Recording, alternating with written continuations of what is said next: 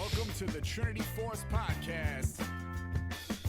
Yo, it's that Triforce cast beaming straight to your home. Grab a beer so we know Pone ain't drinking alone. Send an email, a quick tweet, just pick up the phone. Leave a message at the beep if you're a creep, watch your tone. Discuss the meta game, patch notes, whatever helps your stats most. Obi-Pone Kenobi is your last hope to snatch gold. So grab your headphones and join in the fun. We'll try enforcing some jokes and some cringeworthy puns. Yo, we can make it together, people. Trinity Force Podcast. These boys are second to none. Now that's the end of the intro. It's time we begun. Hello, everyone, and welcome to episode number 796. We're approaching the big 800, but episode 796 of the Trinity Force Podcast. I am your host, N.A. Erik, and tonight it is just me and B0mo. John has fallen ill. It's not anything all that bad, but he's taken the week off, so we wish him fast recovery and happy health. Happy health is not a thing that people say, I don't think, but I'm saying it now. Have you ever heard happy health, B0mo? Does anyone say that or no? Happy health? I don't think so. No. That sounds like a Yeah. disambiguation of something like a Chinese proverb that gets put in Google Translate and spat out. I was thinking like in Korean traditions, every New Year's you like wish like the people older than you like to have a healthy life. It doesn't translate exactly to like happy health, but it's pretty similar to have like you're wishing them a happy and healthy life, I guess. Not so much a happy health, Yeah. but pretty close. I would say like Sure. nothing wrong with being happy and healthy. Yeah. So we wish John happy health. But Exactly. yeah, we'll be talking through patch 13.3, which should be dropping. Yeah, especially since they fixed, for those who are not aware, you'll probably be listening to this on Wednesday or Thursday when it comes out, maybe even later than that. But on the day when we're reading this, we were not sure if there was going to be a delay in the patch again because of a major bug made Riot have to revert the previous patch entirely. That has been fixed, and that is fixed on live servers, so no worries there. But that was a potential worry. In any case, before we get down to brass tacks and talk patch 13.3, B0mo, how you doing, man? Pretty good. I'm actually having a lot of fun playing League this season. It's probably the most fun I've been having. The most fun I've had been having. Most fun I've had, I think, in a while. And I think it's just because I make the onus to really focus on improving myself. I know it's pretty toxic the way like you interact with some people on ranked, but a lot of games I'm almost full muting from the start and just kind of focused on my own laning phase. You guys will probably know that I'm a mid laner, but a lot of it is just focusing on specific matchups, and I think that's a lot more exciting to me. It's almost like a rediscovery, right? Where when you first play League, it's like, oh, I don't know what's going on. Everything is like crazy, and it's pretty fun because you're just there like playing. And I feel that's kind of what my solo queue climb has been about. It's been like just rediscovering these small things and trying to make improvements on them. So I guess maybe that's just who I am as a person. I'm an engineer. That's what I do for my career, and so a lot of it's just like problem solving and trying to be efficient with my problem solving. So I'm actually having a lot of fun just sticking with a small champion pool and just figuring out how to win like the tougher matchups, I think, in general. So I play Yone and Diana, as you guys probably know, but they're really melee centric focused, and so I get bullied out a lot by ranged champions or just full engaged melee champions like Pantheon, for example, is one of them. Renekton, if they just get on me, I pretty much die. So it's figuring out the nuances of how to navigate those specific laning phase that I've been having a lot of fun with, and it's actually been pretty beneficial. I started the season like 3-7, and I'm on my last like few games I played. I'm on like a 7 or 8 game win streak right now. Just like playing really well. Definitely feel like I'm playing above my current elo in Gold 1, and so it's actually feeling really good. And so I'm excited to maybe get stuck again or plateau somewhere higher up, because I think that will be when I'll kind of go back to kind of, I guess, what is it, grinding the wheel or figuring out how I can start improving again. Because I think I've definitely struggled the first several games of the season. So I think I'm like 50 games in or something this season, and the first 20 were pretty rough. But yeah, it's been pretty fun. I'm enjoying League right now, and I'm kind of glad that tried to tell myself to stick with the two champions because it's been really fun. And so yeah, how have you been? Yeah, I've been good. I mean, before we move on to me, that sounds great. I'm glad you're having a good time, and this definitely feels like a very open meta in League in general that's been carried over since the end of last season and such. So it definitely makes sense that we're not pigeonholed into. I mean, mid lane isn't pigeonholed in anything. Basically, everything is viable in mid lane, which includes the melee stuff like that. So I'm glad you're having a good time with that. But yeah, I'm good. Haven't played. I mean, I played some. Been playing some League. I haven't played any more solo queue games in I don't know a couple weeks or so. But played a bunch of Flex and been playing some Norms as well. Yeah, it's been a good time. I'm almost higher in flex than I am in solo queue just because I haven't really played much of either yet. But been playing a lot of norms and different things like that. And yeah, and then this weekend I'm going to be hitting ranked hard probably Saturday. Um, yeah, but maybe Sunday. Not sure which of the 2 days yet, but probably there. And then maybe Thursday as well. Play some. Not 100% sure, but yeah. I mean, everything's been good and it's been fun and uh it's felt pretty winnable generally as well. I also am in the same sense where I've been when I have played ranked, I'm playing above the rest of my where my rank is. If I look at like the average elo, because op.gg lets you do that, then I'm playing with an average of plat 2, plat 3 people or so when I'm in gold 1. That's the MMR range that I'm playing in. So it's people who are above me that I'm playing with and against generally. So um, I'll get up there. It's just a matter of actually putting in the time and playing the games. So I'm not super worried about it. Yeah, but most of the junglers I like to play feel pretty good. I really don't like that Kiana is as bad in jungle as she is, but um, yeah, I know that you can make her work in jungle. Like it can be done. Um, it just starts so goddamn slowly.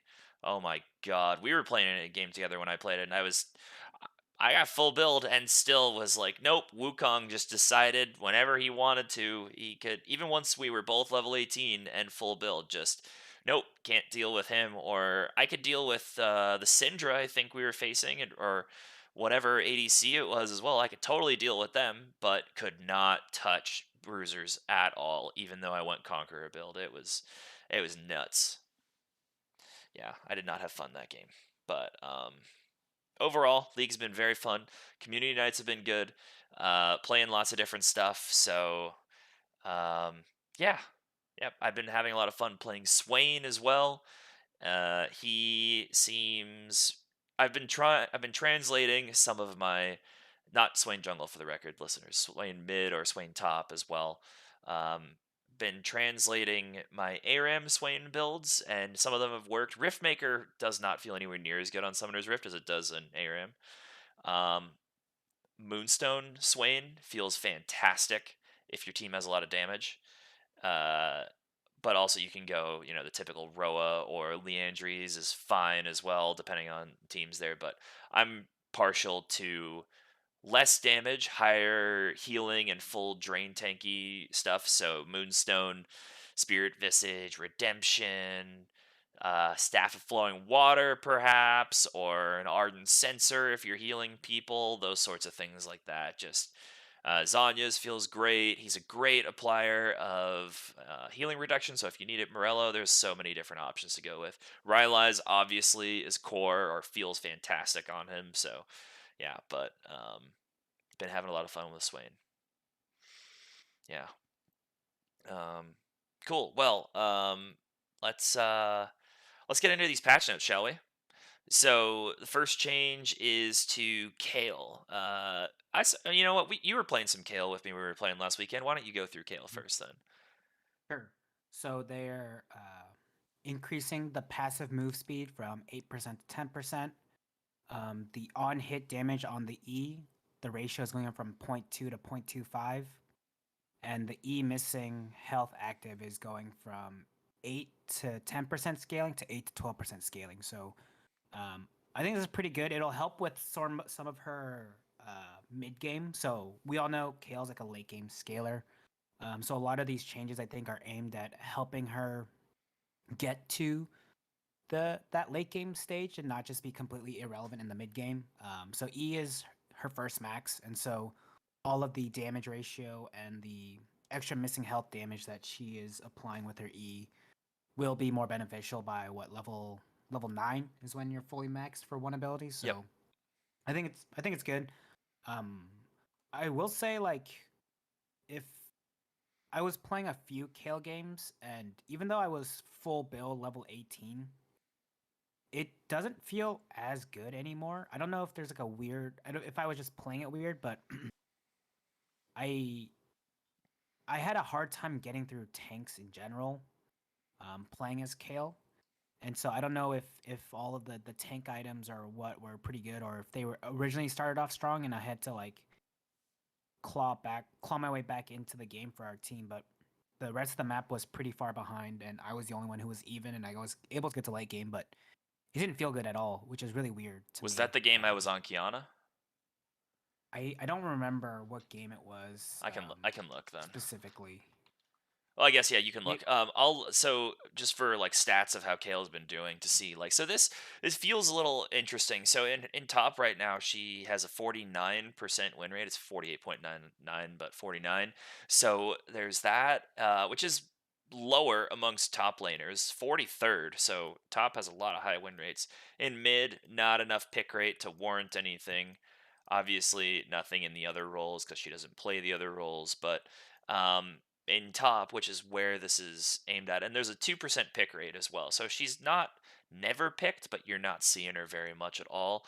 I would agree with you. It feels she feels fine early if you know what you're doing, and she feels fine in mid game as well, which is a testament to how she kind of is balanced right now relative to the rest of the meta. But when tanks start to get 3 4 items and she hits level 16 and she just doesn't have that oomph that she used to have, and I suspect it's because of the uh the nerfs that happened a while ago to a lot of the pen items that she gets. So like Void Staff, for example, is a pretty popular to see on her, and the percent pen that Void Staff gives you is not enough compared to how tank items are so strong right now. They haven't buffed those in compensation, or her items haven't been buffed all that much, hardly ever. We're looking at okay, Berserker Greaves are the best boots in the game, gold efficiency wise, but then Nashor's Tooth hasn't been changed in forever. Doesn't mean that I don't think it needs to, but that's one that hasn't been changed in forever.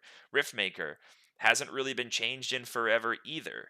Death Cap is a stat stick, then it also recommends potentially Wit's End. Hasn't been changed in quite a while either.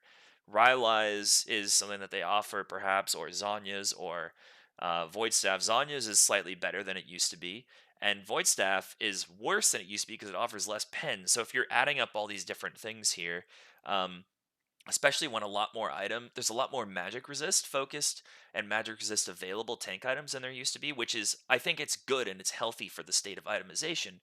But these items either need to be buffed in compensation for the extra durability that's come in through the newer items this season, or Kale and the other champions that use these items heavily need to have compensation buffs in response. Because overall, um, I mean, this is kind of a theme that you've been hearing across the last few episodes of the podcast, that tanks are just hitting stronger than they should, how they should, and that's especially true when you look at the win rates of jungle champions, of top lane champions. There's a lot of tanks out there, so um, yeah. yeah, I'd be curious. Maybe not to build AP on her. I know there's that on hit build like Kraken Slayer, Bork, and Wits End, so it's more of an AD damage. And I think I was checking out the Kale main subreddit, and they were saying that's good for like more mid game, but the AP has more potential for scaling and doing more damage later on. But I just don't see the AP build really doing a lot more. Really, I think the AD build might be the way to go. The AD Um, build to me seems like it might be better, but you're missing your W is gonna do like fuck all if you yeah, that don't is have true. AP, and your R is not gonna do very much damage either. Hmm. But do you really rely on the R doing damage? Isn't it just keeping key targets alive Um, yes, but that damage helps for sure. It afterwards? absolutely Okay. helps. Otherwise, you're just I don't know how much it is, but I would guess it's like Hmm. 150 or 200 flat that you're doing otherwise. But it probably has like a 60 or 70% AP ratio, so you could be hitting for like 400 damage with that ult if you late game full build Kale. That's my guess. Um, I don't know. I also would say it's rare that Kale doesn't use her ult on herself, given the carry that she is. So, um, if you're playing AD Kale and you're ulting someone else, you've taken yourself out of the fight for the 1.5 seconds, 2 seconds it takes that you're channeling that or whatever that you're unable to attack. If you're playing AP, at least that offers some damage on that target, and but when you come out, you're still helpful. It overall, her abilities should not work with AD the way that they do. So funny enough, her ult actually has 100% bonus 80 ratio on it. Really? Yeah. So it's 100% bonus 80 plus 80% AP for the ultimate. And so maybe it could be good, Yeah, especially if you're I building didn't a know lot of that. AD. Yeah, I didn't know it was 80 base either. So apparently her ult has 80 ratios as well as the passive on her E has an 80 ratio as well. And then the Q also has an 80 ratio. So your kid actually has a decent amount of Are those dealing 80 ratio. physical or magic damage? They deal magic damage with Okay. the 80 ratio, yeah. So then Void So Staff yeah. and Sork Shoes Hmm. or whatever you're going to be getting there actually deliver more value pound for Yeah. pound than the AD does. Yeah. So I wonder I wonder if it'd be weird to just like build like full AD and then just have a void staff or something like that. That's the Corki build. That's what you do with Corki. Hmm. Yeah. I don't see why not. But yeah. Pretty interesting. But yeah. Okay. Anything else you want to talk about with Kale? No. Okay, cool. Let's move on to some people's favorite jungler, Lee Sin. He is getting changed. Lee has been in a bit of a sore spot for quite a while, honestly. Right now, I'm looking. He has 46 and change percent win rate. The second worst jungler on the patch. So I'm actually curious who's worse than him. I'll look that up in a second here. But Lee Sin is getting a Q. So his Q bonus AD ratio is going from 1 to 1.2. His E now has a total AD ratio. It's the same at level 1 and better after. And then also the E slow, which is the second activation of the E.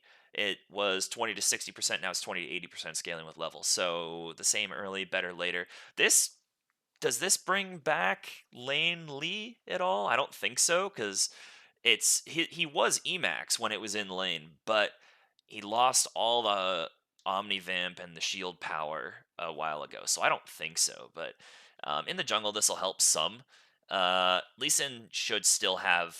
If he has like a 48% win rate, I don't think he should go any higher just because of the insane skill cap that you can have with this champion. So he belongs at like 47.5, 48 probably. Just like some of just like a Katarina player or Katarina does, or I don't know, Rise deserves to have a low win rate. Azir, those sorts of champions do. I think Lee is in that same boat. Yeah. Let me see. I'm actually curious who the worst statistically jungler is on this patch. Ooh, it is Zed with a 43% win rate in jungle. Zed, the character who's barely or not really supposed to be played in jungle, is the only character that's worse at jungle than a character that's designed for the jungle in Lee Sin. I played a game. I played Lee Sin jungle, and the enemy played Zed jungle, and they ended up Oh winning, no. even though their Zed went 0, 12, and 12, and I went 11, 8, and 20. So maybe I just didn't know what to build, but I feel like I did the most damage on my team, and my jungle farming was pretty decent, but it didn't feel like enough to carry the team, which felt really weird. I started like 3-0 and like 6 or something, and yeah, I don't know. It's just really weird, really weird. If I'm looking at matchups, also, Zed is the jungler that Lee Sin wins against the most. But yeah, if you're not putting your foot on the gas and really pushing your lead really hard with Lee, then Mhm. you should be playing any other champion basically. Yeah. I'm on OPGG right now, so I don't know how relevant these OP scores are, but my jungle that game was an 8.3 out of 10, and the Zed was a 4.4 out of 10. Okay. So Wow. he was the 10th best player on the game, and I was the first best player at the game. We still lost. That happens. Yeah, Yeah. that's wild. Lee, apparently, according to U.GG, wins only 3 matchups in the jungle. It's Zed, Talon, and Viego are the only ones he statistically beats this patch so far. So he needs some help, um, and this will provide some help. Won't be a ton, but it will help some. So yeah. All right, let's do Kane. So, I was actually just practicing some Kane clear to try and get timing a little bit further down yesterday. But so Kane is getting some changes. So his assassin passive. So blue Kane, the extra damage was 13 to 40% based on level. Now it is 15 to 45% based on level. The non-Rost Q damage, so meaning blue cane or when you haven't transformed, the Q damage was 75 to 155 plus 65% bonus AD. Now it is 70 to 150 plus 80% bonus AD. So it has 5 lower base damage across the board, but the bonus AD ratio went up by 15 percentage points. And Rost has different damage scaling that is unchanged. So if you Rost is completely unchanged on this patch. Um, Blue Kane got the most buffs. Base Kane before transforming also got a buff, kind of in his queue. Uh, I mean, before I react, what do you think of these changes, B0mo? So Kane I was actually practicing Kane too in the preseason. So I was queuing mid jungle, in the preseason because I already have Diana, so I can just have her as a jungler. And I was looking at another jungler to play. So I started picking up Kane. I actually don't know how I feel. I'm not too familiar with the jungle matchups, but it seems like it's good for Assassin Kane. But I feel like it's one of those weird cases where either Assassin Kane is completely useless or just 1v9ing the game. So maybe it makes it so he doesn't feel too useless if he's not too far ahead, maybe. So I'm a little confused about the non-Rost Q damage. Is that just base form Q and assassin Q, That's or what I'm is it getting out of it. It is both of okay? those have been changed accordingly. Okay, so if you're building more AD for those, then it seems maybe better for his clear and just overall damage. And so I don't know if I'm playing it correctly when I was playing it, but I would die 1 for 1 just so I can get as many orbs as I can, or just doing like maybe borderline int to get my orbs finished so I can like transform quicker. So maybe it's pretty good for that sense. Those who push to try to get form as soon as they can might see more benefit than those who don't. Maybe. Yeah. So since okay, so Red Cane is better right now. Let's just state that at the gate. It is better right now. Um, the stats don't exactly hold that up, but when we're looking, but Red Cane has 56,000 matches on the patch. Blue Cane has 77, or actually, I guess it's not even that much. This is on just with the with U.GG splitting it up between the two, but with the optimal rune setup that they have. It's Red Cane has 7,700 and or sorry, Blue Cane has 7,700. Red Cane has 56,000. There's been 226,000 matches, so some of them he hasn't gotten to. Some of them he hasn't gotten to form, or some are just doing different rune setups and builds, whatever. But yeah, his win rate right now is 47.5. Red Cane is better right now, and Red Cane hasn't seen any changes, and I think that's okay. Red tanks are gonna get hit down as the season goes on. So Blue Cane will inherently get better because of a meta change right now. Blue Cane is suffering more because of meta change, I think, than Blue Cane actually being bad. Blue Cane is good, like you're saying. Like if you're playing if you're playing against some squishies, or if you're not playing against a tank in one of those rare games, Blue Cane works totally fine. You're still not doing as much damage as you used to since the durability update, but that's okay. That's what was intended. Um, but also, if you get monstrously ahead, Blue Cane runs over games and destroys everything on the map, like you're saying, because you cannot escape him, because he flies through the walls at 550-ish move speed and instantly assassinates you and dips back into another wall. 8 seconds later, since the E has a 8-second cooldown, then at all ranks when you're in Blue Cane, before ability haste, boom, you're flying back through a wall doing the same thing. Yeah, Red Cane doesn't need any changes in my opinion, or maybe give him some extra max health damage if you want to do anything else. Don't give him flat stats, just max health damage would help Red Cane if they wanted to. I could see him using some help, but not a ton of help. Red Cane is also one of those that the stats he should be below 50. He's so popular, and he is one of well, for one, he's one of the most brain required champions because you need to decide which form you're picking in champ select. Kane players don't go into game thinking, I don't know which one I'm going to go this game. Am I going red? Am I going blue? I don't know. They don't do that. Red Kane, or if you're playing Kane, you pick which one you're going before you go in. So, he already requires brain power there. Then you have to think about your rune setup as you always do. But like even playing Blue Cane, you can go Blueser, which was a thing before. Thank God that's not played much now. You can go Assassin Blue. You can go Assassin Red. You can go normal Red Cane as well. There's like 4 different modes you can go with this champion. So and that's just in the jungle. He also works in lanes too. You can play him in lanes depending on your matchup. So yeah. And as to inting for orbs, that totally makes sense sometimes depending on the jungle matchup. Like if you're playing in a matchup that's, let's say you're playing against Maokai, you can totally go crazy early and invade and skirmish him and get stuff, or playing against Zac, or like anyone that isn't going to immediately murder you, like a Rengar, right? If it's someone who's going to be able to get ahead and take over the map really hard, Zed jungle, Rengar, Lee Sin, probably not great to do that against them then. But or like Poppy, even Poppy's Kane's worst matchup, or one of the worst. So it depends on the matchups, but you can also fly into top and mid, pick up some orbs and leave.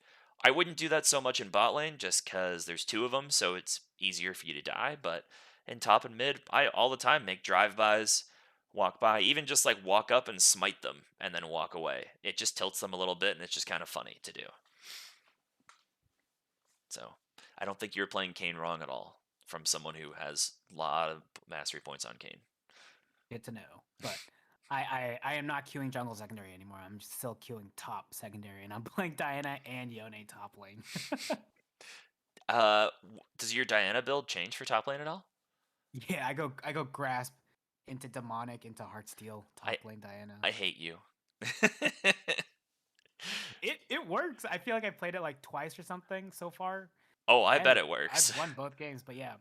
I'm like I'm fully on board the small champion pool and not playing anything else, and so most of the times I think 8 out of 10 times I'm top, I'm playing Yone top and going some form of Bork build and Rift Maker if it's a lot of tanks on the enemy team, but occasionally I'll pull out the Diana top and then I'll go like grasp, and it feels really good, mainly because there's an easy way for me to get grasp procs.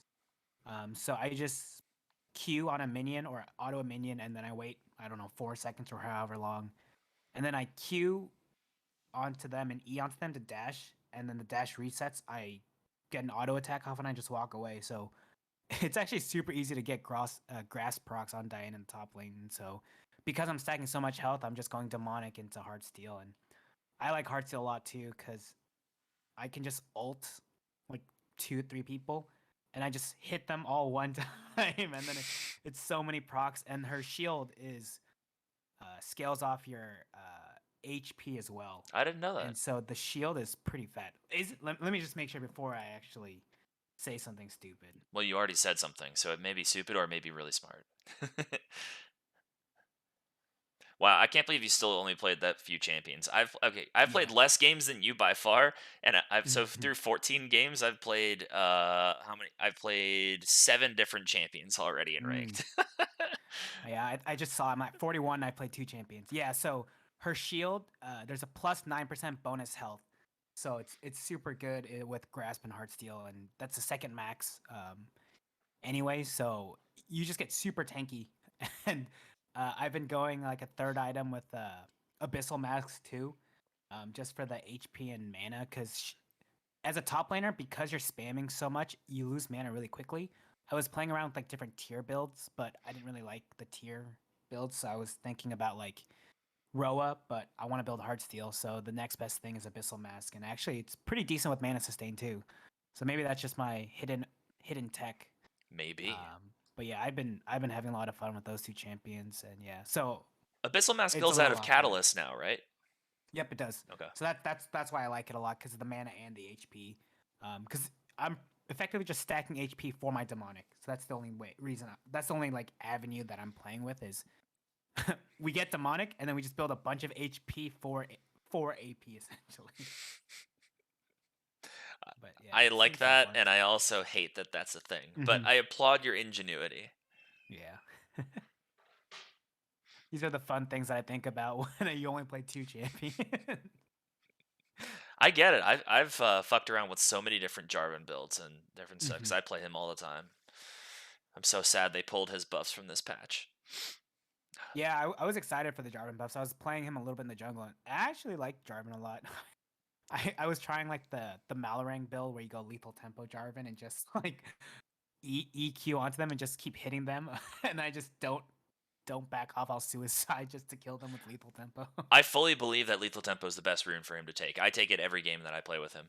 Even I guess not Mhm. if I'm playing support Jarvan, but if I'm playing, uh, it doesn't matter if I'm playing Assassin or if I'm playing Bruiser or if I'm playing full tank. Still Lethal Tempo every time. I Yeah, fully believe that's the best one. I was going between that and Hail of Blades. I think I like Ooh. the extra attack speed on him anyway, so I was just going to town, just like hitting them with my pole, hoping for my passive to reset on them so I can do extra damage. But yeah, it is pretty fun playing him like that. Yeah, and he has enough base stats to carry him through that Conqueror. You don't really need it early until you get items. So Yeah. the extra ability, the extra adaptive you get from Conqueror, and you're not, as Jarvan, you're never really stacking up Conqueror all the way enough to get enough value out of it in a fight. So Lethal Tempo Mhm. feels fantastic for those early lane skirmishes. It's just someone's dueling you and you're lower health, and then you're smacking them with it. Oh, they're like, oh wait, he's attacking faster. Yeah. What's happening? Yeah. I'm a fan. It's so much fun. But yeah. Okay, so 2 more buffs and then we'll talk about some support tanks as well. But Trundle, his W cooldown is going from 18 to 4 down to 16 to 12. So small buff there.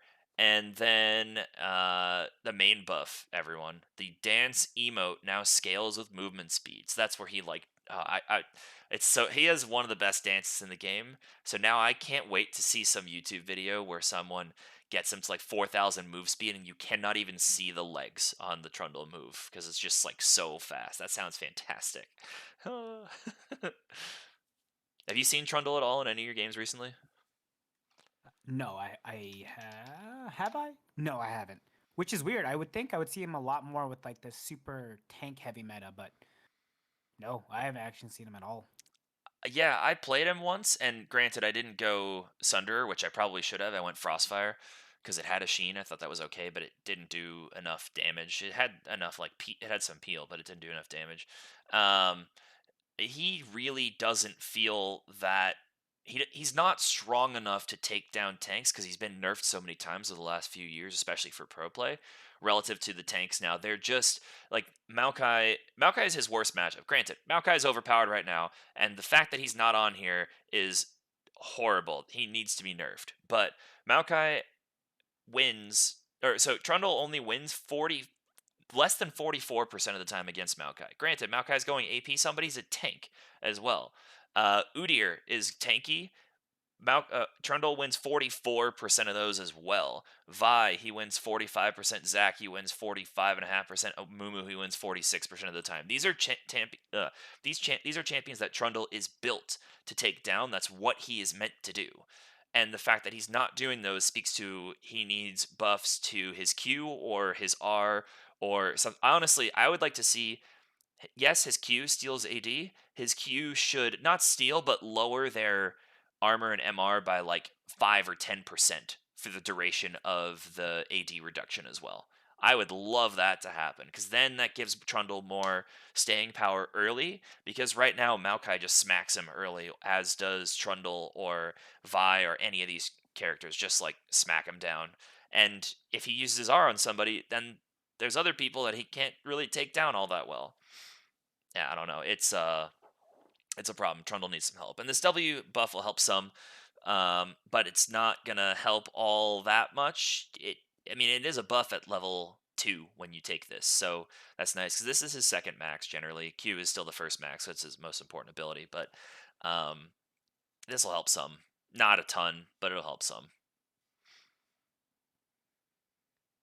Yeah. Sorry, I just kind of monologued on Trundle there. Anything you want to add? All good. I thought press attack was the room, but I think a lot of people are going Letha. lethal tempo on him. Yeah, feels So much better. yeah, it does. I feel like press attack is just would be better, wouldn't it? You get the extra Uh, damage amp, you don't have to commit fully. Maybe I don't know, but well, so in my head it seems like you get halfway through lethal within you go auto Q auto. You get halfway through Mhm. lethal within the Okay. first second. So there's that, and then you throw down your W. You're able to get 6 autos off, especially early. Like they can't they can't get away. And I like to take Mhm. Ghost, not Flash, as well. And then you Mm. have the Pillar, so they can't get away from you. And you have lethal stacked. Your Q has a 4 second cooldown or 3.5 or something, level 1. So Mhm. it's really low. You can just keep applying that and chase them down and hit them. So Mm.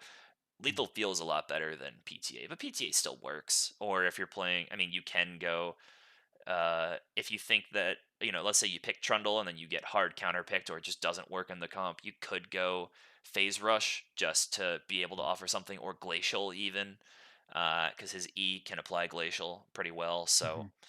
yeah, but Lethal Tempo feels way better, I will say. Okay. Yeah, I played a lot of Trundle last season when he was a lot better, but Mm. yeah, he needs some help for sure.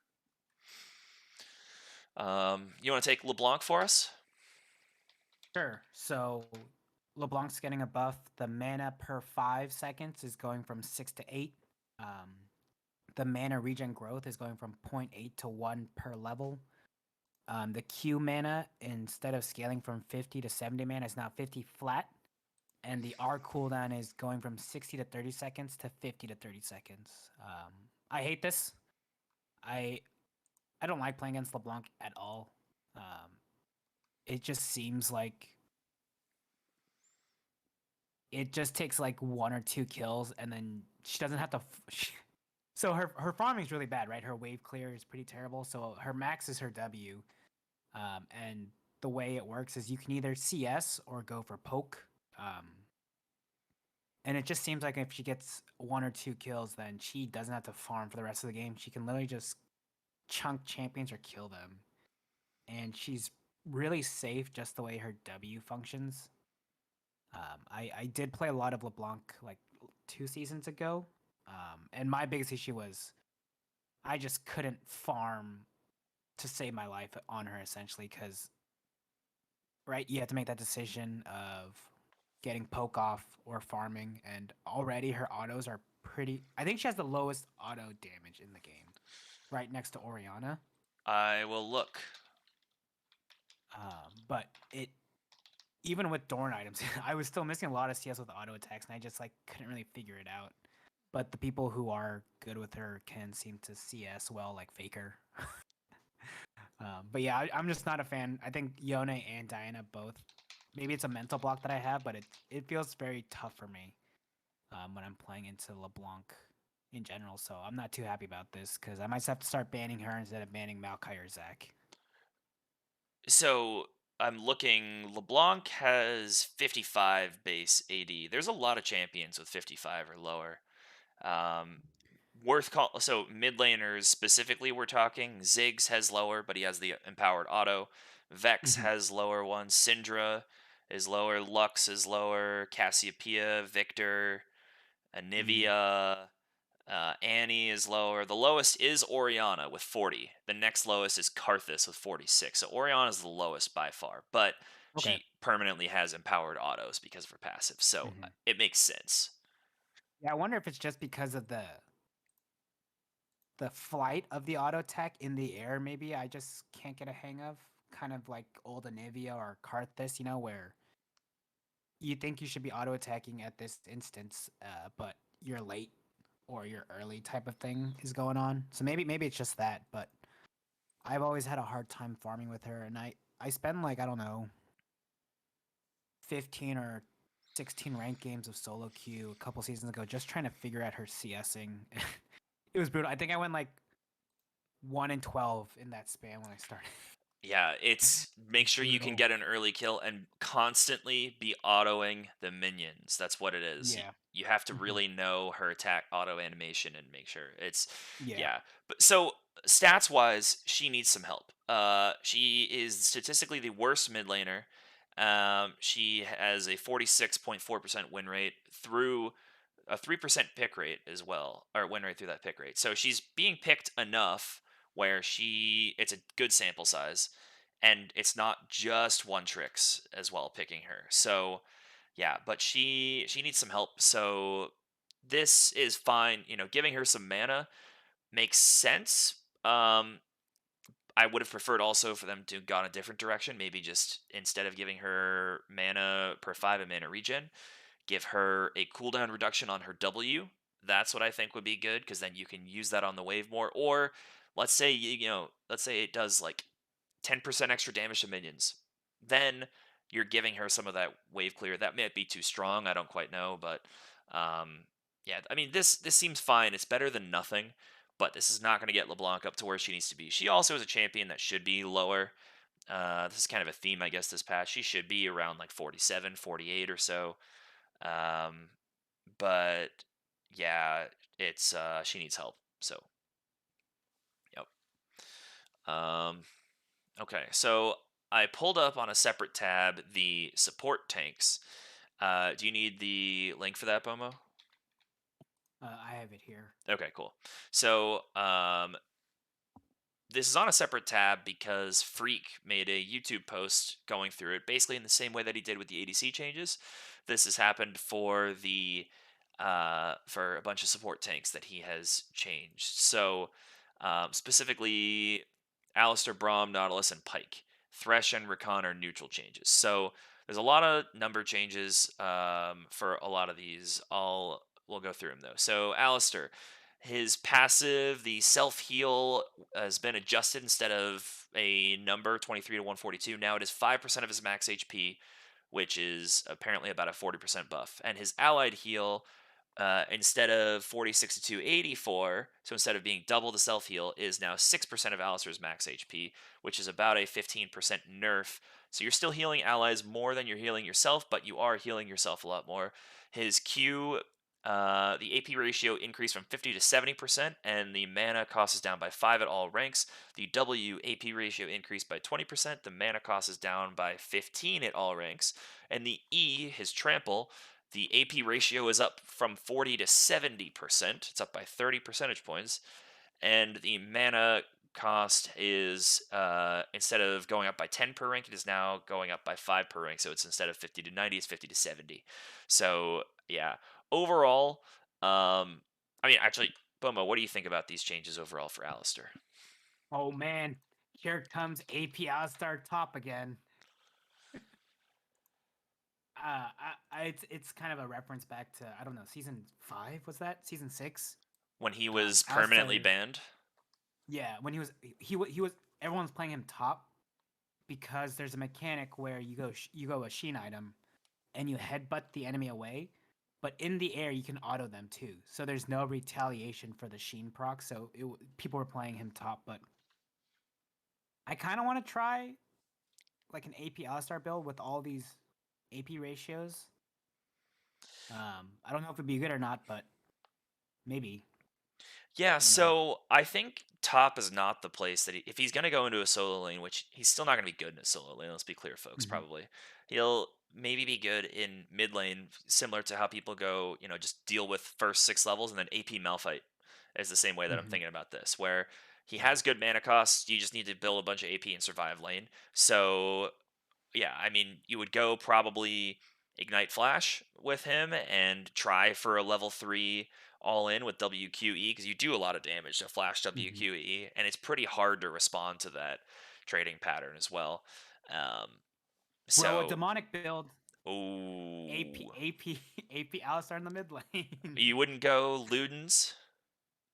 Well, I was thinking Ludens, but I'm looking at the self heal, and it's 5% max health. So I'm like, how much health can I really stack on him and just heal a bunch of HP? I, Just like in combination with like the catalyst too. I'm yeah. wondering if there's like a some weird tech that I can do where I'm just doing a bunch of AP damage just but healing a bunch too. Some like weird like AP version of Aatrox or something. I think if you're It probably gonna, sounds terrible, but I want to try it. well, I think you're onto something there, but I think it would be a it'd be like going full tank with Sunfire and Hmm. what was that item you were talking about earlier you build on Diana? Demonic Yeah. Embrace. No, not Yeah. demonic. The other one. Oh, Abyssal. Yeah, Abyssal. Yeah. Abyssal because Yeah. it reduces their MR and then the Sunfire Hmm. damage will hit harder Yeah. and you just sit on them with a shitload of health and then you can build demonic as well. Work in a mythic somewhere there or maybe just skip the mythic overall. Maybe. Yeah. Yeah. I mean, I'd be down to try it. We'll see. This is going to be Especially with all his these. third Yeah. champion played in ranked. It'll be this. Exactly. But yeah, I think it's really weird how they're giving him like a buff to the AP ratios because there's no AP at all in the items he's building, right? There's AP in so he'll take Relic Shield generally in support. So there's a little bit of that. Okay. There's also AP in some of the items that he can build. So anything with Forbidden Idol has some AP in it. You might go But don't you uh usually build like full tank almost on a support alley? yeah, you can usually it is like Locket, I think is the most common to go. It is yeah, it's Locket into and Locket has no AP. It used to, but it doesn't anymore. Yeah, I'm not seeing any of these recommended items on here that are AP, but you could go shoot, I don't even know like what sort of I have to like look up what the AP support items are. Um Oh my god, this is an article that's too old. Whatever. But there's definitely gonna be options that he can take. Um, exactly what they would be, couldn't tell you. But there's definitely gonna be some options that he can get some. Or maybe you just also get a Dark Seal in lane and then sit on that some. Um, yeah. I think Callista Alistair would be pretty decent with this if you're going like AP Alistair. You could go Proto Belt. You could go Everfrost. That wouldn't be bad. It'd be more expensive, but it would be I think it'd be pretty decent. Dark Hmm. Seal into Everfrost support, and then you could go Zanya's as well. Um, yeah, Yeah. I don't know. I think it's weird that I didn't watch the video, so I don't know the explanation of why you're giving it AP values, but maybe Freak explains a little bit better. But yeah, it's weird how this is how they're buffing him with like I understand that the mana cost for sure feels really good. Because his mana costs in general are super high, especially with the amount of mana he has. And so that makes sense, but changing the AP ratio seems a little weird to me. Unless they really want someone to try out like an AP Alistar build. Yeah, I don't know. I actually didn't watch the video either. I just watched LS look at and talk about all the changes, so I haven't watched Freak's rundown of it either. I've seen the numbers before this, but I'm not super sure. So, all right, you want to take Brom? Sure. So with Braum, they're increasing his base health regen from 8.5 to 10. His health is going up from 610 to 640. This is base health. And his passive is, I think they're shifting the power of his passive. So the concussive blows passive is um, 8, 6, and 4 seconds of target immunity. So once you apply the passive on an enemy champion and you fully proc it, then at levels 1, 7, and 13, it's when the breakpoints are, when that cooldown is lower. So a higher cooldown means they're more immune to the consecutive passive procs. But now they're shifting that down. So now at level 6 is when you get your first break point. So from 8 to 6 seconds. I think that's pretty big.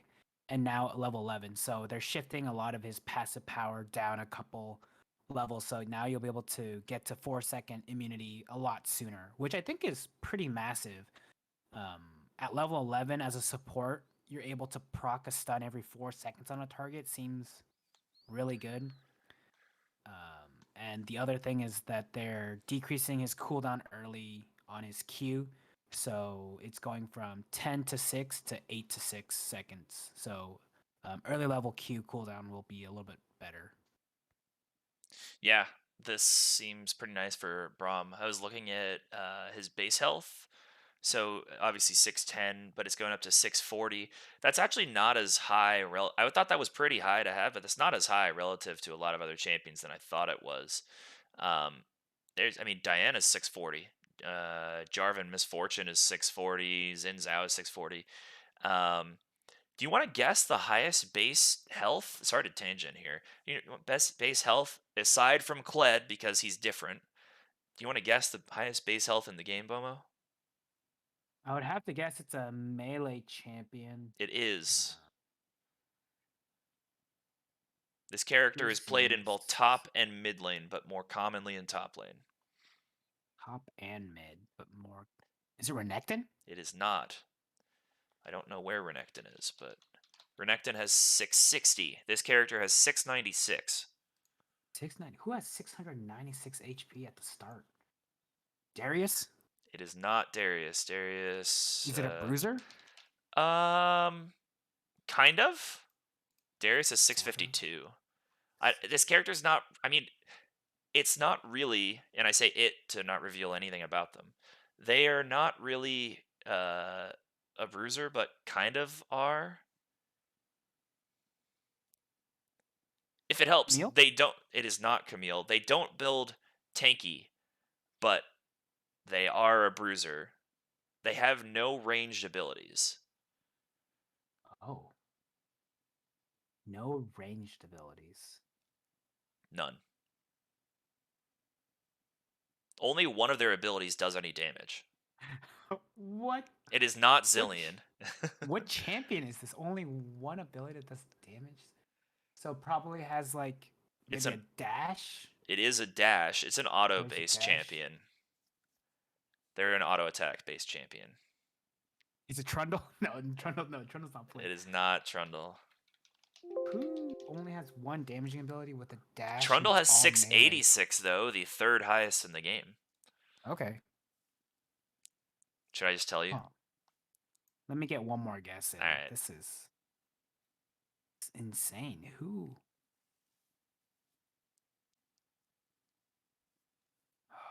Man. Yeah, I have no idea. It is Tryndamere. Hmm. So not Huh. really a bruiser, but kind of a Yeah. bruiser. Okay. Yeah. With 696 and he gets up to 2600. But the one with the most health, the range champion, I was floored by this. Twitch has 682 level 1. That's a lot of health. That is a lot of health to have. So note to self: when I'm playing Caitlyn against Twitch, go cut down. That's what I'm hearing. I mean, Draven has 675 too. Why does Draven have that much health? Yeah. That's fucking What's Caitlin's stupid. health? I know Caitlyn has really low health. I'd guess like 490 or something. Ooh, under 500. Oh, 580. Oh, why do I think she has a lot less health than That all is the other pretty heroes? low. The lowest is Yumi, then Senna. Renata has really low, 545. Vayne is Uh-huh. the lowest ADC behind Senna though, Hmm. 550. But yeah. Anyways, about about more of the buffs, I definitely agree with your points about level 11 every 4 seconds being able to get that passive off on people and stun them is fantastic. Very very good in team fights because Braum will supports reliably even in pro play get to level 11. Level 13 is more of a stretch. The game has to go longer, specifically in pro, but this is more of a pro buff than anything in my opinion. Than it will be in solo queue. And Braum is the winningest pro champion of all time as well, and the most picked. So maybe that's changed out of the last couple of years, but for the first since he was released through the first like 7 seasons after that, he was the most picked and highest win rate as well. Um, Amongst champs that had a good enough sample size as well. So yeah, but I don't know. I still don't think we'll see Braum very much. He's in a good state right now. He doesn't. But he's very situational. When it makes sense to pick Braum, he is very good. When it doesn't make sense to pick Braum, he is not good, and this will make him slightly better in those cases. But it really just makes when Braum is good, he is gonna be even better, and he's gonna push you down into the ground even more, or stop you from dealing damage that much more. Is really what it is. That's my read on it. Yep. All right, Nautilus. Ooh, I'm excited about these. So Nautilus, the passive bonus damage is increased from 8 to 110 to 14 to 116 based on level. The W, the mana cost is down by 20, so it's now 60 at all ranks. But the shield is increased by 10 at all ranks. The base shield, not anything else, because it has a max health ratio on it. Might also have an AP ratio. Not 100% on that. I can look. And then he also is getting an E damage increase 55 to 175 plus 30 AP to 55 to 195 plus 50% AP. Okay, that's nice as well. Yeah, overall, I'd say the passive damage is negligible. It's 6 damage at all levels, and you can't proc that more than like every 6 or 8 seconds on a single character. So there's that, or a single champion. And there's no way to reduce that. It's a flat amount of time. Let me just see here. So I got him up. It's this effect cannot every few seconds. It doesn't say on here, but I think it's like 6 or 8 seconds. What is this for? Nautilus is passive.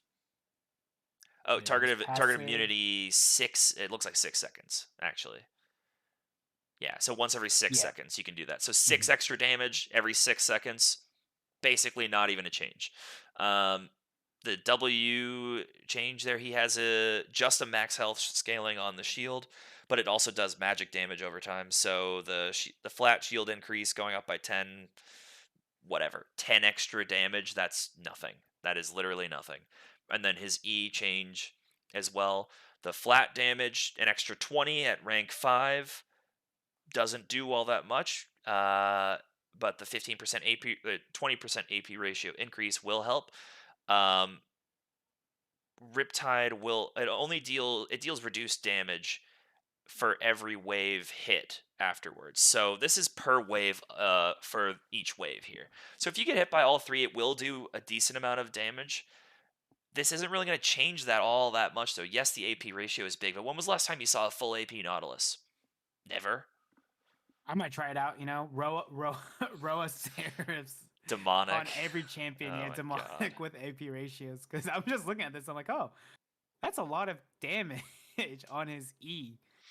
And so if you just walk up to someone, you shield yourself and you hit them, it does damage over time, and then it slows them, and you just E, and it just does 3 procs.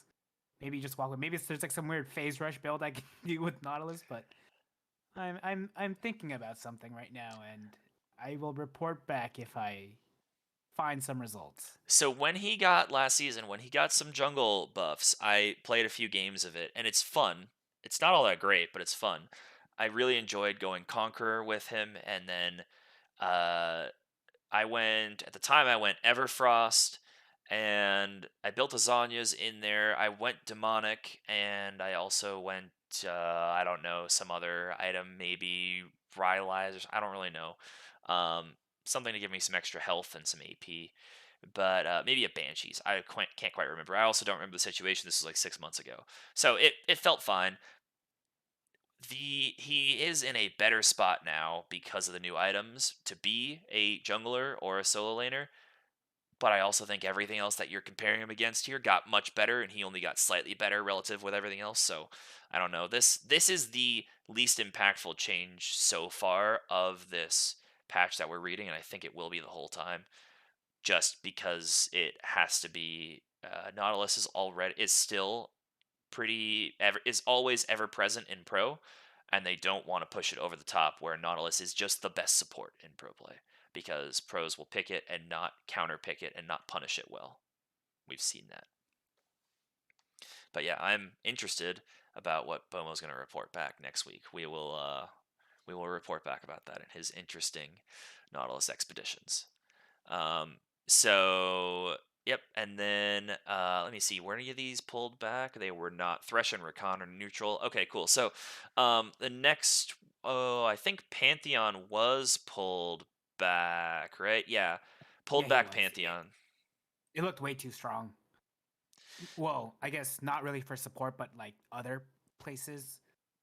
Um, Yeah, 25 mana for a Q is ridiculous, and the cooldown being a lot lower too, is you could just spam the Q, which is insane. yeah. But it's not going live, so it doesn't really matter. No, yeah. So we'll skip Pantheon then. Pike. Okay. Bonus AD on his Q. Bonus AD ratio increased from 60% to 100%, and the E damage, the flat damage, increased from 105 to 225 to 105 to 265. So 40 more flat damage at level 5 of the ability, and that's his second max. So I would say overall, this is a good buff for Pike. He needed some help. He's been suffering ever since the durability update, and this will help him, especially early on in lane, but later on, once he gets more lethality and more AD, he will annihilate you from even higher levels of health. And it's worth noting that his E deals additional. I think it deals additional damage, or maybe it stuns longer based on how much lethality you have. I will look that up right now. But what are your thoughts on these, Mr. B0mo?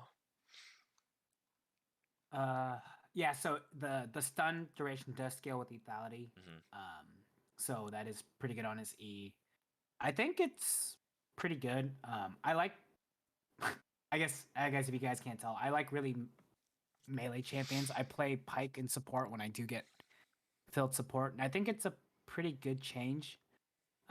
I think the Q change is going to be huge because if you're able to hit Qs consistently, you're doing a lot more damage, and the 100% bonus AD ratio I think is going to be huge because a lot of his AD is from his passive, right?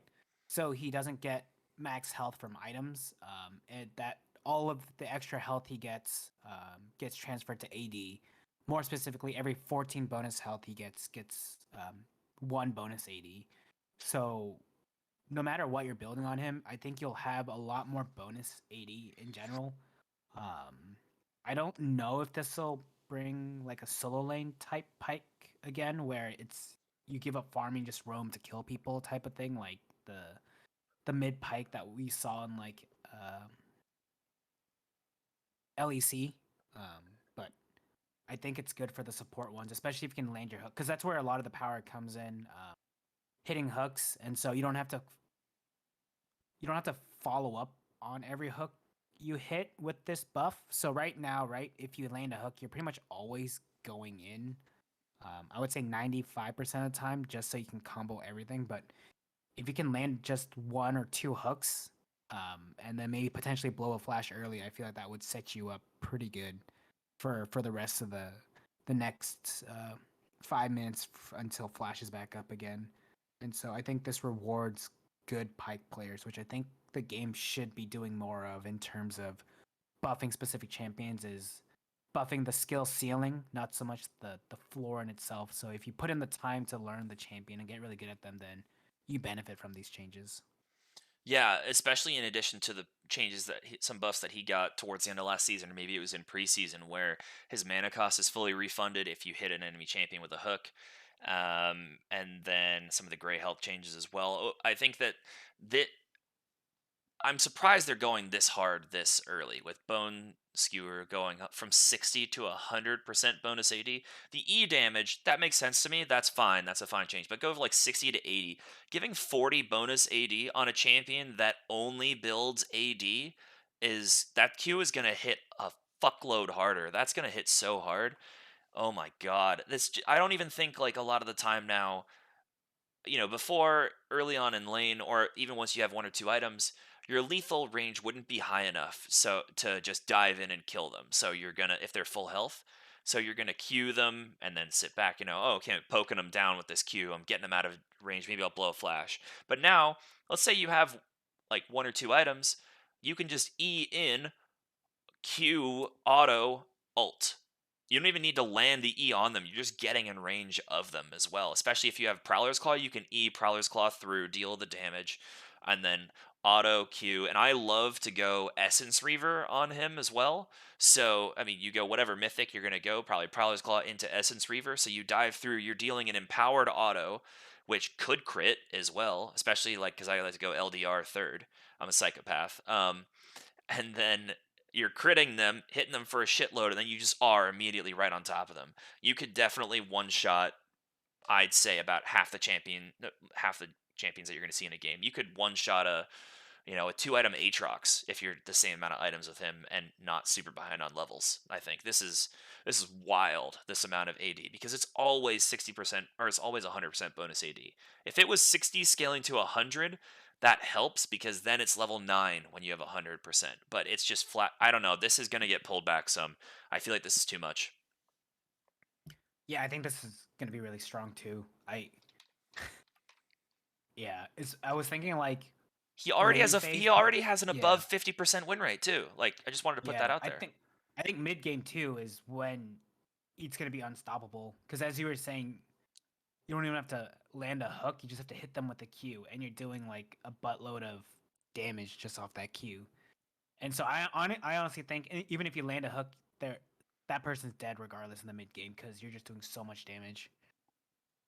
Especially with the way the ult execute functions. So you're building damage anyways, right? And the ult scales off of the execute threshold scales off of 80 anyways. And lethality. So yeah, so the more that you're stacking 80 and lethality, the higher your execute range, plus you're getting them to that range quicker with all the bonus 80.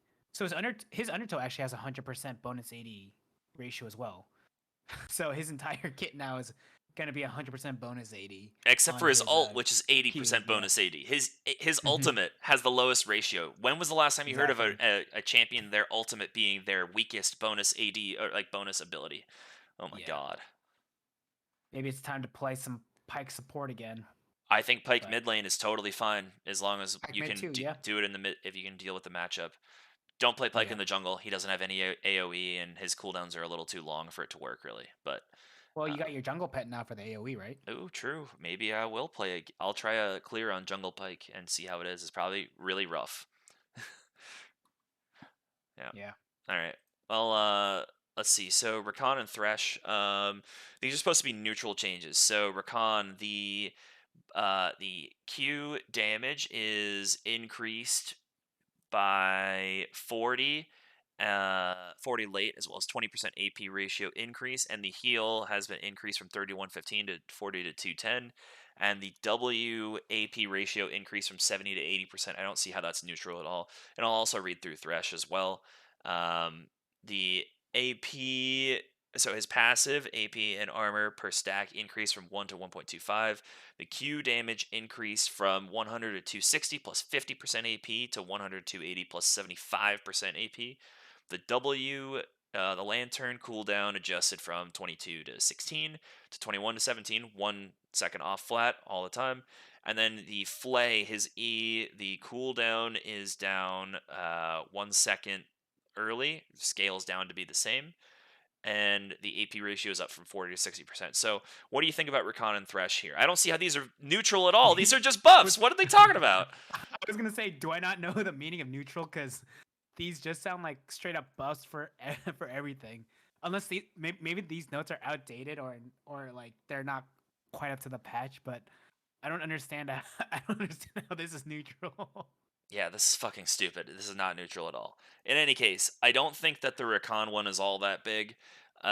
Just because you need to be building AP, and most Rakan players don't build AP, but you could. Thresh, you get AP inherently because of his passive, so this is gonna do more.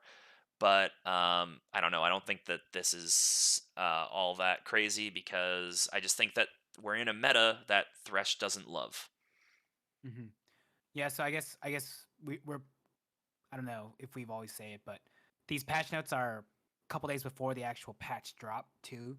So maybe what we're reading is irrelevant, and they've actually made different changes to make it a neutral adjustment. But based on just reading this, it just seems like buffs across the board for both Rakan and Thresh. So And that's what I don't was know what a in neutral that's change is. that's what was in the video as well. When I watched the hmm video initially, it was uh these are the exact changes that were in there. So unless they've changed something, but they say in the Twitter post see freak rundown. So Okay, so I don't know what else we could be missing here. This is not neutral, these are buffs. They may not be massive buffs, but they are buffs across the board. yeah, yeah, I don't know. I don't know. Yeah, it's stupid. Um Okay, now we got 4 nerfs and then a couple of extra changes, and then we'll be out of here. This is going a bit long already. So, Amumu is getting nerfed, thank God. Q cost going up by 5 at all ranks, and his E damage is going down by. It's going down early. It's instead of being 80 to 200 plus 50% AP, it is now 65 to 205 plus 50% AP. So, early on with the E, this is a nerf max rank. It's actually a buff once you put your 4th point into it, because then it neutralizes out, and it when you put your 5th point in, it is a net buff. What do you think about Amumu? I think he's in the category of like pretty strong right now with like Zach and Maokai Udyr type champions right now. Um, Yeah, yeah, he, I think this is good. I'm confused about why they want the the lake. I guess maybe there's something I don't understand, but they have it scaling at a higher rate for his E per level compared to before. And so are they? Was he strong early? I felt like he was a lot stronger later, regardless. But maybe they're just yeah. trying to bring more of that early game back, so it's harder for him to get to that later stage. I don't know if that's the thinking, but yeah, the mana cost on Q makes sense because you can hold 2 chargers, and so you should be able to go when you miss your skill shots. So I think I talked about it last week too, right? You have to be able to trade resources. But anyways, it's I don't know the E damage, good. I don't know what else to say, but I think the power really comes from his Q. Yeah, it definitely does some. So for why they would want to give it a little bit of extra power later on, if I'm looking at op.gg, Amumu, once you reach 40 minutes plus, drops from being right now but around the third or fourth best jungler to the 13th highest win rate. So he drops off in those late stages. That being said, he's still doing quite well, and I don't think that we think that this power is attributed to him. It's attributed to the items, as we've been talking about for quite a while. It's these items that these champions can abuse. So there's that. But yep, these are fine changes. I don't think the E is basically neutral though, because it's weaker early, stronger later. But it is his first max, so level 9. You'll be there. We'll see. This is not the one that we needed buffed or nerfed though. This was Maokai we needed nerfed here. It's fine. Amumu will take. It's a good nerf as well. Okay. You want to take Kassadin for us? Sure, another Roa champion. So his E cooldown refresh is going from 1 second to 0.75 seconds. Maybe I don't know how I feel about this because a lot of his E in the mid stage and late game, everyone's throwing out abilities. So it's if there's a lot of abilities going on, then having E on a 0.75 cooldown is pretty strong. You can get what 4 casts in a time you would get 3 casts in normally, so it's an extra cast, and the base cooldown on itself is really long, but you get a lot of cooldown reduction from being around champions that cast abilities. So like if you have Amumu and Kassadin together, right? Amumu can proc so much cooldown by just spamming his E because his E is also reduced in cooldown by when he's hitting stuff like that. So maybe good in the team fights, but they're lowering the damage. So maybe that's kind of where it is. Well, they're lowering the damage early. So it's scaling from 80 to 180, and they nerfed it to 60 to 180. So this is his first max anyways. So it's really only the early levels that are affected. And for R, the damage is decreasing from 80 to 120 per level to 70 to 110. And each consecutive stack is also nerfed too, so you'll be doing less damage overall with the higher mana cost R. I guess maybe it evens out, but I don't know. We'll have. I think I this don't know. is He seems pretty strong. this is yeah, there is a partial buff with the E cooldown refresh, but I think this is overall definitely a nerf because of the damage on the R later Yeah, on. I think he was really strong too. Anyways, He has a so maybe fifty-two and a this kind of half percent win rate. He shouldn't have that much of a win rate, but I think they should make him weaker yeah. early, lower his armor perhaps a little bit more. So because I he's think so too. yeah. I think it's kind of in the same vein as Kale, where you have to know how to play the champion to navigate the early game, but he it's kind of insane to me that some castings are taking electrocute ignite and winning early. Like I feel like that should never really be happening at all with that type of champion and how much scaling you have. No, he should basically have to take fleet to survive. Yeah, with a Doran shield.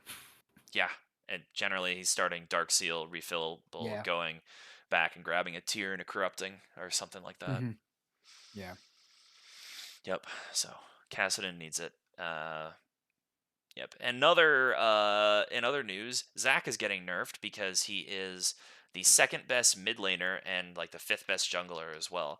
I was looking at stats and yeah, he is okay, so he has a 52% win rate in jungle, in mid almost 54. He has a lot less pick rate there.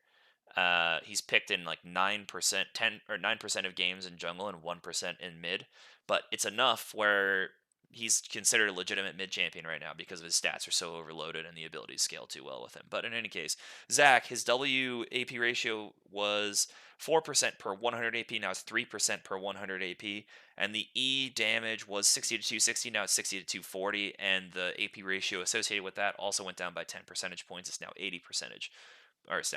So I will say this does not knock Zac down because he's not bursting you really. In ARAM, sometimes people build burst, but in lanes or in the jungle, he's going Conqueror and or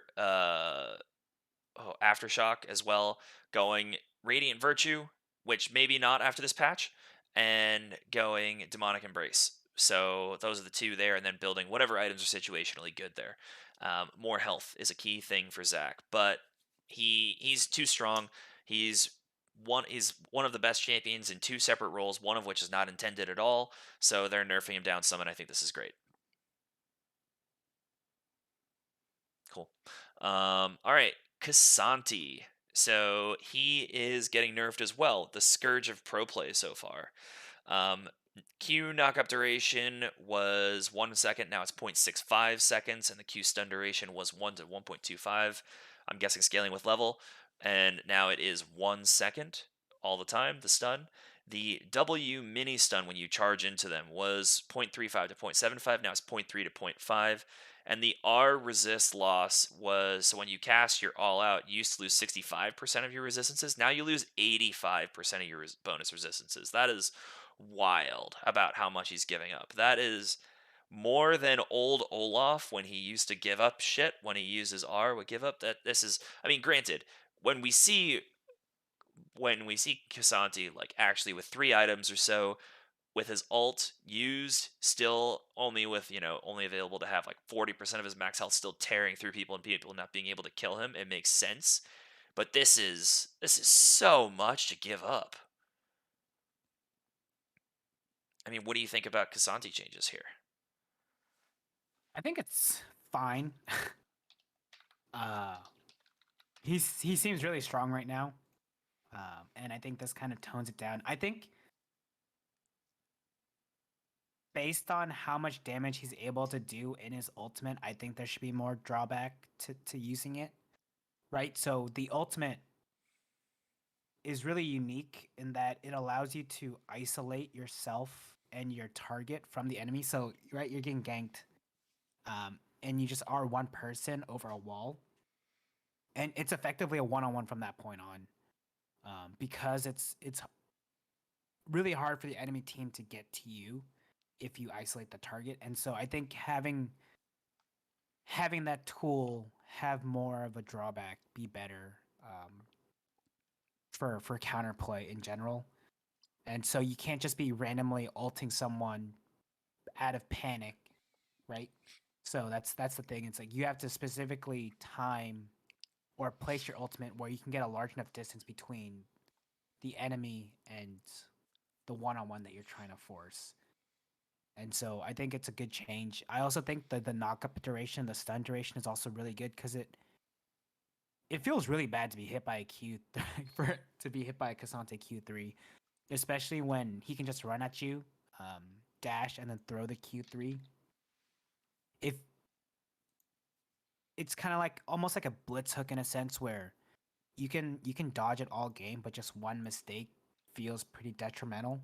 And so having less of a knock up and stun duration, I think, is better for me personally. I think, Yeah, but maybe I this pushes him out of some sort of meta, but I think he still will be strong. yeah, I 100% agree with everything that you're saying. And yeah, I just 100% no additional thoughts there. He needs nerfs. He is weak in solo queue, but he's a pro play champion as we're finding out, so he needs to be nerfed more. Even though right now he has 47.5% win rate, that's going to go down. He should be one of the worst top laners in solo queue just because of his inherent scaling and team fight ability and pro play and everything like that. It makes sense. So yep. Okay, we have a few more changes. So Overheal, this buff is finally going through. Um, Instead of being based on max health, is now going to be just flat amounts. We talked about this in episode 794 a lot more. So go listen to that one if you want to go listen to us talk about it more. And John was on then and talked through it from AD Carry's perspective. So go check out the 794. But it is finally going through this patch. System nerfs. So Umbral Glaive is being nerfed. The cooldown was 40 to 50 seconds, or is now going 40 to 50 seconds on the passive ability. That used to be 30 at the beginning of last season, for the record. But the range damage to wards instead of 3 is now 2, and it no longer insta kills traps. Thoughts on that, B0mo? It's pretty interesting. Um, I think it's good. I think Umbral Glaive is really strong first item purchase for like Pike and Senna specifically. And I think the damage to wards is also pretty good. So instead of just autoing it one time and walking away, you have to sit there and auto it like at least two times, right? For a range champion, Um, not for melee. yeah, for range champions. But are there melee champions besides Pike that build I Umbral Glaive? I like to build it on Jarvan sometimes.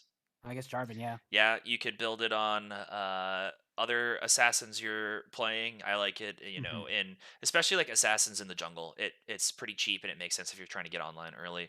We Yeah. also, if people are playing lethality Graves jungle, this is what Graves goes first. He goes Umbral Glaive Yeah. into Eclipse. So this is the range damage to wards is, I think, with Graves in mind or Senna in mind Hmm. as well. But also realistically, that specific change there is due to the ADCs in support, which are abusing it with Yeah. Caitlyn and Ashe and Callista and everything that Carrie has been playing and the world's been copying. That is Hmm. because this is the change there. Yeah, I think it's good. There's no more drive-by ward kills. You have to actually commit to killing that ward now, which I think is better.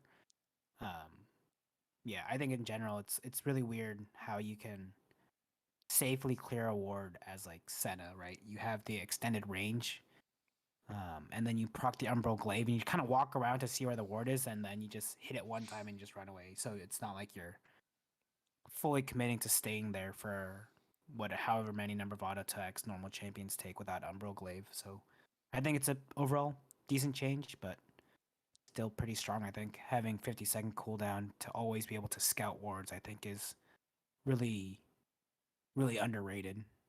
What I would think they should do to make this even a bit different for ranged is make it so ranged champions only do one damage. So it's basically like they didn't have it, but make it so that uh, if your champion has range above the base range of the eye thing, have Umbral Glaive's range extend to your champion's range. Mm. So once if you're playing Caitlyn, you now have a 650 range Umbral Glaive there. If you're playing it on Senna, you have however much range she has at the time. I think that would be interesting to see. I don't think it would Yeah. probably be too good. I recognize that, but that'd be interesting to see.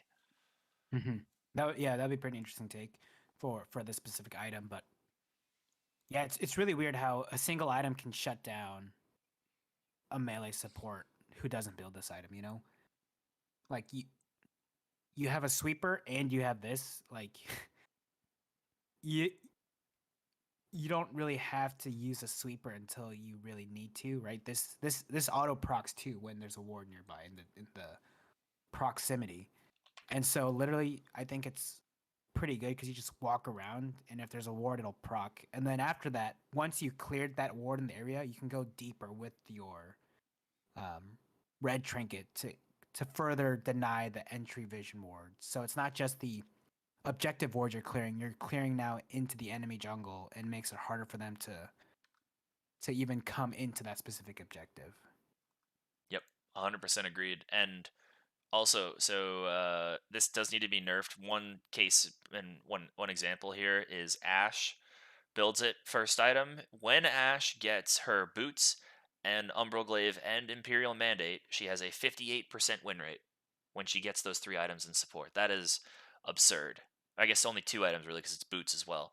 But that is absolutely absurd, especially because you could be taking free boots and knocking 300 gold off the cost of that too. So, yeah, cool. I'm glad to see these changes. And then we have early jungle gank changes is what they're calling it. So the treat gold is down from 30 to 20. So every minute you don't, or maybe it's every 30 seconds. I believe it's every minute though that a jungler does not kill a jungle camp, or I guess every minute they earn a treat. And then if you have a treat and you kill a jungle camp, you will cash that in, and it gives you one extra stack towards getting your jungle item pet upgraded, and it also gives you some gold. And so the gold is down from 30 to or the gold is down 30 to 20 seconds. That's I don't okay. The XP, I think that's a mistype there. It's 30 to 20. The XP from large monsters has gone up though from 75 to 85. Stealth Ward Trinket cooldown. This is everyone now across the board. 240 to 120 is now 210 to 120. So ward early people, you get them more often now. Remember to place your wards. Top laners, mid laners, I'm looking at you. Supports as well, but it's everyone's job to ward. And then tower damage. This is probably a revert of what they used to have. And I know that my friend Zill and I have been screaming for this. Tower damage is up. It used to be 162 to 344, but between 0 and 14 minutes. Now it's 182 to 350 between 0 and 14 minutes. A little bit more damage for each shot, but this makes a difference. This makes a whole lot of difference, especially because dives are too easy to do right now. They need to be more punishing, I think, and you need to really execute well to make a dive happen. You can't just half-ass a dive and make it work, and that's too easy to do right now. Okay, I've said enough about what I think. B0mo, what do you think about all that? I agree with all that. Good. And he didn't just say that because I typed in chat and told him to agree with everything I was saying. Which is not the case. No, I don't know how all that is early jungle ganks though. Only one of those is early jungle ganks, right? Like, am I missing something? Well, right, I think they're trying to nerf early jungle ganks, right? So if you're Yeah. reducing the time of trinket wards, then there's more chances to spot out that gank. Whether people see it on the minimap is a whole different story, but the option is there to scout them out, and making the I think the dive is more important. Where stacking a wave and diving is hard to pull off, as you were saying. I think that's pretty crucial to not just end that lane, right? So a lot of the dynamic in top and mid is you get like this push and pull of the wave, and you start slow building a wave when your enemy resets, and then there's a potential that you could dive him with like a 2.5 stack wave, and they lose all that, so they just lose out on just potentially having a better reset timer than you, right? So there's points in the game where I reset first, and I pushed out my wave early on, and they have a later back with more potential gold, but they're coming back to lane with a pushed out wave unless they want a TP. So it's like that weird like lane or wave prio in terms of getting a good back off can help push your lane advantage further by being able to do like these slow wave builds, and just looking to potentially dive them. Because I would happily go 1 for 1 if they lose 2 waves, right? That's a huge benefit for me. And if the jungler's there too, then it's Well, almost unplayable if you lose, especially in the top lane, right? especially in top, and this makes, I mean, even further. Right now, it's not that hard to do what you're saying and no and have a 1 for 0 and not even die at all. So if making it a higher potential that you're going to actually die is that if that's what's on the cards, which it is here, I think that's a good thing because if you're going to dive with all those minions and be uh I guess you're not taking the aggro for them, but if you're going to be diving with all those minions there and killing the top laner, yes, you're going to be punishing them for it, but it's more likely that you're going to trade. I think that's good for the health of top mid bot lanes in general. I think that's just good because diving should be Mhm. inherently really risky, and it's just not at this point. Now, this I don't think this even goes that far. Realistically, like look at level 14, tower shots do 6 extra damage. Whatever. When it charges up, it'll do like 18 or maybe 20 extra damage, depending on exactly how the math works on that. But still a little more damage, but still not all that much more. Um, I think that this should be increased even further. I'd like to see them go like 182 or whatever, 200 to 400 is what I'd like to see at Mm. 14 minutes. Yeah, I think more tower damage is better. I think you have to really coordinate a dive and pull it off correctly to be fully rewarded for it. It shouldn't be, as you were saying, too easy and like disjointed. And on the other flip side, if you're being dove, there should be room to outplay them, with the extra turret damage. Yeah, 100% agree. And if anyone's thinking, but that'll mess up how minions work. Well, it won't because minions have all of them have items on them, and if you click on them, you can look at their item slots. So cannons take 70% reduced damage from all turrets, which equals out to they can take. I don't exactly know how many shots they can take, but it's like 10% or 15% of their max health each one. Melee minions, 40% of their max health is dealt on per shot, regardless of how strong the tower is or the minion, and ranged at 70% of their health. So if they increase or decrease tower damage, it does not change how much damage they're going to be doing to minions. So it won't screw up anyone's wave mechanics or CSing at all either. So just wanted to put that out there. But okay, last two changes and then we'll get out of here. So tenacity now stacks multiplicatively instead of additively. Most sources it says. Um, Basically, you can go. I'm sure that there are mathematical rundowns that you can go look at on YouTube. Basically, it's you cannot get as much tenacity by stacking tenacity as you could before with getting legend tenacity, with getting merc treads, with champions that have it built into their kit. Um, I don't know. There's a couple other ways that you can get tenacity potentially as well, but it's not and you're not going to be able to get as much as before. It's not going to be massively different, but you're not going to be able to get as much. And then Radiant Virtue is being changed as well. So the cost is going up from 3,000 to 3,200. No change to the build path, it looks like. No change to anything else. It's just going to cost 200 more to complete it. The cooldown is going up from 60 to 90 seconds. Max HP up from 10 to 15%. The healing max HP 8% max HP to 12%. So it's going to heal you more and give you more health. Longer cooldown. the ability haste aura is removed, and healing no longer scales with missing health. So um, it still looks like it's going to heal everyone around you. It won't give ability haste to everyone around you, but it's going to heal everyone for more and you for more and give you more health. But it is a longer cooldown and it's 200 gold more expensive. I think I'll take that trade every day of the week. What do you think? Yeah, I think it's good, especially with the current rating virtue. I think it's pretty good, and I think this just makes it slightly better. I've been building on some random champions like Swain and stuff, and Hmm. so I think it's more viable now instead of just like this quote unquote support mythic item. I think it's pretty good for a champion to want to stack health and build like a lot of max health in terms of how much healing you can get. Yep. And I know we were talking about Zach earlier, but with a nerf there, because he builds Radiant Virtue, this is not gonna. This is actually just better for him because higher max HP goes with everything in his kit, and more healing goes with everything in his kit, and 200 extra gold. You clear two jungle camps. You have this, no big deal. So, sorry to anyone that wanted to see Zach out of the game. It's not going to happen in mid or in jungle. This is just overall, he's overall better, I would say, probably because of the Radiant Virtue change, or maybe at least power neutral. So, okay, this has been a long one. Anything else that you want to bring up before we call it, Bomo? Nope. Okay.